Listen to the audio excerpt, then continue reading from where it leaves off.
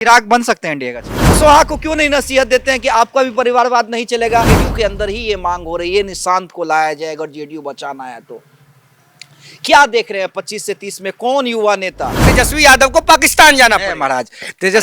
तेजस्वी यादव अरे हम कह ना रहे हैं आपसे जी, इस सबको लकवा मार दिया है विपक्ष के नेता को, इस सबको बुखार चढ़ा हुआ है, जाड़ा में तरह तरह पसीना गिर रहा है लालू जी को, राहुल जी को, तेजस्वी जी को। रोहित सिंह चुनावी राजनीति में 29 में या 30 में हमें दिखेंगे या नहीं दिखेंगे? देखिए रोहित सिंह हमारे साथ है, युवा हैं और हमेशा आप इन्हें बीजेपी के पक्ष में या बीजेपी के पक्ष में कहें या सनातन के पक्ष में नेशनल मीडिया पर देखते रहते हैं। आज स्वराज पोस्ट पे हम इनसे बात करेंगे। रोहित जी क्या हाल चाल है? पहले तो नए साल की बहुत बहुत बधाई आपको। अंग्रेजी नए साल की बहुत बधाई और शुभकामनाएं आपको। और क्या भाई, कैलेंडर ईयर है, अंग्रेजी है। हम लोग तो चैत्र शुक्ल प्रतिपदा को मानते हैं, लेकिन अंग्रेजी नए साल को भी मनाते हैं। कैलेंडर ईयर है, उसकी शुभकामनाएं देश के लोगों को, हमारे बिहार के लोगों को और दुनिया भर में नए साल को जो मना रहे हैं अंग्रेजी नए साल को, उन सब लोगों को बहुत बधाई, बहुत शुभकामनाएं। नहीं ठीक है, चलिए सबकी भावनाओं का ख्याल रखते हुए अब सीधे आते हैं बिहार के पॉलिटिक्स पे। 5 साल में रोहित सिंह का क्या प्लान है? अगर हम इंडिविजुअली आपके पॉलिटिकल प्लान की बात करें तो देखिए, बिहार का सर्वांगीण विकास पिछले 2 दशक में राष्ट्रीय जनतांत्रिक गठबंधन की नेतृत्व की सरकार के माध्यम से हुआ है। यह विकास, प्रगति और तीव्रता के साथ बढ़े। बिहार के गांव में रहने वाले गरीब, वंचित, वनवासी, आदिवासी, पिछड़ा, दलित, समाज में आर्थिक आधार पर विपन्न किसी भी जाति और धर्म के जो लोग हैं वो समाज के मुख्य धारा में आए। पूज्य बाबा साहब डॉक्टर भीमराव अंबेडकर जी के सपनों का भारत साकार हो सके। भारत महतारी को 2047 तक विश्व गुरु के रूप में हम प्रतिष्ठित कर सकें और देश के यशस्वी गणनायक माननीय प्रधानमंत्री नरेंद्र मोदी जी के नेतृत्व को और ताकत दे सकें, यही हमारा लक्ष्य है अगले 5 साल के लिए और इस पर हम काम भी करेंगे। चुनावी राजनीति में आने का मन नहीं है क्या? देखिए भले ही लोग कोई लाख कुछ कहे, लेकिन अंतिम टारगेट होता है चुनावी राजनीति। रोहित सिंह चुनावी राजनीति में 29 में या 30 में हमें दिखेंगे या नहीं दिखेंगे? अभी देखिए, गए माघ 29 दिन बाकी। अभी तो हाल में ही महीना दिन 1.5 महीना पहले बिहार में नई सरकार का गठन हुआ है। 2 दशक से ज्यादा समय से हम बिहार और देश की सड़कों पर पैदल घूम रहे हैं, गाड़ियों पर घूम रहे हैं, यात्राएं कर रहे हैं। 2 दशक में बिल्कुल छात्र अवस्था से निकलकर अब युवा अवस्था में हम लोग प्रौढ़ता की ओर बढ़ने की ओर बढ़ रहे हैं। 36 साल आयु है, कोई आयु भी ज़्यादा नहीं है। चुनावी बिसात के मोहरा बनने की कोई बहुत इच्छा नहीं है और हम लोग तो समाज कल्याण के लिए, राष्ट्र निर्माण के लिए, बिहार के लोगों के सर्वांगीण विकास के लिए राजनीति में आए हैं। सेवा की दृष्टि से राजनीति में काम कर रहे हैं। हाँ, एक उद्देश्य जरूर है, ये जो देश की राजनीति में राजपुत्र परंपरा उसी को मैं खान हो गया है, आप लोग इसको खत्म करना। नहीं, तो वो एनडीए में भी तो है। देखिए एनडीए में नहीं, कैसे नहीं है? कहीं एनडीए में नहीं। सुनिए ना, आपको बताते हैं। रोहित अरे आपको बता रहे हैं, मेरी बात सुनिए ना। इस देश में जो वंशवादी राजनीति को प्रमोट किया गया, पूज्य बाबा साहब अंबेडकर जी ने संविधान निर्माण के समय स्पष्टता के साथ कहा था कि राजा रानी के कोख से नहीं, जनता के वोट से पैदा होगा। तो ठीक है, ने क्या किया? नहीं, अपनी पुत्री इंदिरा जी को बढ़ा दिया। इंदिरा जी के समय में ही संजय जी, राजीव जी आ गए। सोनिया जी ने राहुल जी, प्रियंका वाड्रा को बढ़ा दिया। देखिए राजनीति में आप पत्रकार हैं, अगर आपका बेटा कल पत्रकार बनेगा और पत्रकारिता के मानकों को पूर्ण करेगा, उसकी पूर्ति करेगा, संघर्ष के बल पर अपनी मेधा को निखार कर आगे आवेगा, तो उसकी पत्रकारिता पर कौन सवाल उठाएगा? यहाँ सवाल तो राहुल गांधी की लीडरशिप पर है ना जी। नहीं 2004 में सीधे एमपी बनते हैं और मनमोहन सिंह को डिक्टेट करते हैं। यहाँ लीडरशिप पर सवाल तेजस्वी यादव के ना है। इकोनॉमी फेल नौजवान लालू यादव का बेटा होता है, राबड़ी जी का बेटा होता है, इस मेधा पर विधानसभा का मेंबर बनता है और सीधे डिप्टी सीएम बन जाता है। जब डिप्टी सीएम से हटता है तो लीडर ऑपोजिशन बनता है। जब लीडर ऑपोजिशन से आगे एक बड़ा गठबंधन बनता है, चार्ज शीटेड कन्विक्टेड गठबंधन, तो चार्ज शीटेड होने के उपरांत भी अपने गठबंधन का सीएम इन वेटिंग बन जाता है। ये परिवारवाद है। ठीक है रोहित कहना चाह रहे हैं उसको मैं डिफाइन कर। नहीं रोहित जी, देखिए एनडीए के नेताओं को हमेशा ये होता है, आप लोग मीठा मीठा गप करते हैं, तीखा तीखा थू करते हैं। मैं बिहार के आम नौजवानों के लिए काम करने वाला एक साधारण नौजवान। उपेंद्र कुशवाहा को क्यों नहीं नसीहत देते हैं कि आपका भी परिवारवाद नहीं चलेगा?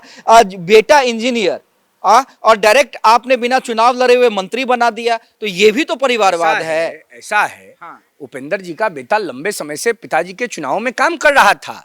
कितना सहिष्णु है, कितना मिलनसार है, कितना साधारण जीवन जीता है।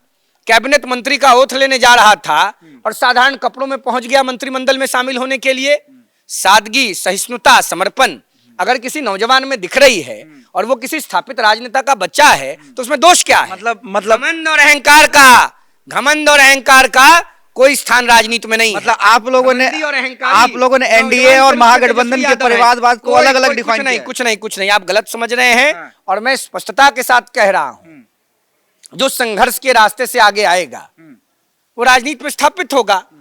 जो संघर्ष के रास्ते से स्थापित नहीं होगा, जो पैराशूट बॉय बन के आएगा, वो परिवारवादी राजनीति में आएगा। जैसे तेजस्वी यादव। तो तेजस्वी यादव मेहनत तो कर रहे हैं ना भाई, आज के डेट में आरजेडी चला रहे हैं ना। चुनाव में जनता ने रिजेक्ट कर दिया, कार्यकर्ताओं ने संघर्ष किया, अता पता लापता है तेजस्वी।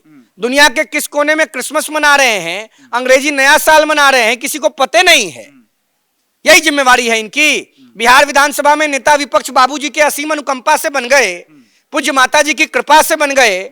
अब पता नहीं है कि तेजस्वी यादव कौन खोभार में लुका गए हैं, कौन कोहबर में गीत गा रहे हैं, पता नहीं चल रहा है। बिहार विधानसभा के सत्र से गायब हो गए। इससे नॉन सीरियस राजनीतिज्ञ पिछले 2 दशक के सार्वजनिक जीवन में हमने आज तक नहीं देखा। तेजस्वी यादव राजकुमार हैं और बिहार के साधारण सूत पुत्रों ने तेजस्वी के खिलाफ संग्राम बोला। तेजस्वी हारे, आगे भी तेजस्वी हारेंगे। बिहार की राजनीति में राष्ट्रीय जनता दल का, तेजस्वी यादव जी का, लालू यादव के अहंकारी, पापाचारी, अनाचारी, भ्रष्टाचारी विचार का कोई स्थान नहीं। ठीक है, 25 से 30 में क्या देखते हैं? नीतीश कुमार के बारे में बड़ी चर्चा है स्वास्थ्य को लेकर। हालांकि नीतीश कुमार ने दिखला दिया कि उनकी उम्र अभी उतनी नहीं ढली है कि उन्हें बड़े बड़े नेता परास्त कर पाए। रिजल्ट ने सबको चौंका दिया, बीजेपी को भी चौंकाया, चिराग पासवान को भी चौंकाया, विपक्ष का तो सफाया हो गया। लेकिन एक सवाल उठ रहा है, जेडीयू के अंदर ही ये मांग हो रही है निशांत को लाया जाए अगर जेडीयू बचाना है तो। क्या देख रहे हैं 25 से 30 में कौन युवा नेता? एक बात बताइए, हम और आप कितने सालों से परिचित हैं? बहुत सालों, लगभग 2 दशक। बिल्कुल। जब दाढ़ी मोछ का पामी हमको भी नहीं था और आपको भी नहीं था, तो आप पत्रकारिता के क्षेत्र में प्रयास कर रहे थे और हम लोग राजनीति के क्षेत्र में प्रयास कर रहे थे। नीतीश कुमार जी के ऊपर कोई दाग है क्या? कोई दाग नहीं है। नीतीश कुमार 2 दशक से ज्यादा समय से बिहार के मुख्यमंत्री के पद पर आसीन हैं। राज्य के मुख्यमंत्री का बेटा है निशांत कुमार जी। कोई बता सकता है क्या कि निशांत कुमार जी को किसी सार्वजनिक स्थान पर मुख्यमंत्री के बेटे के रूप में देखा गया हो? बिल्कुल नहीं। पिछले 20 साल से निशांत कुमार जी सादगी का जीवन व्यतीत करते हैं। आना चाहिए। अगर निशांत कुमार राजनीति में आते हैं तो मुझे पूरा विश्वास है बिहार की जनता स्वागत करेगी, क्योंकि पिता वर्दी फादर वर्दी सन, अंग्रेजी का एक कहावत है।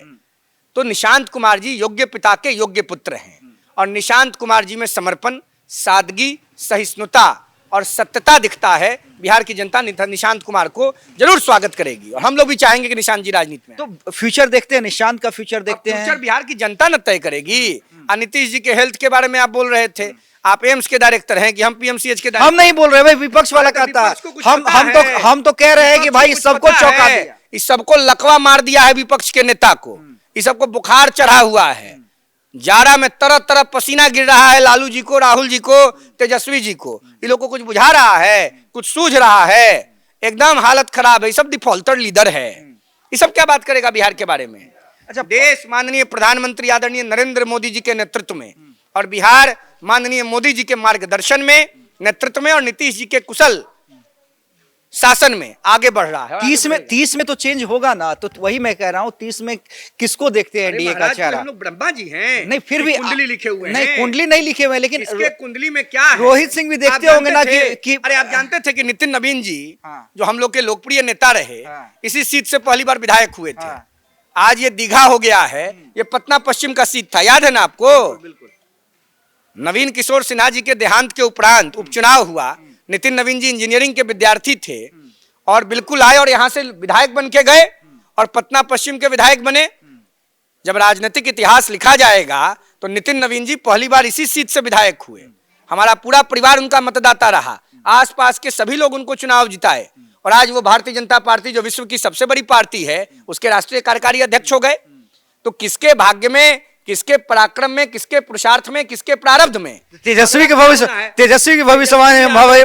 भविष्यवाणी कैसे कर देते हैं? यादव जी को स्पेन जाना पड़ेगा, तेजस्वी यादव भी तो सीएम बन सकते या हैं तेजस्वी यादव को पाकिस्तान जाना पड़ेगा। महाराज, तेजस्वी यादव अरे हम कह ना रहे हैं आपसे जी, हम जो कह रहे हैं होगा।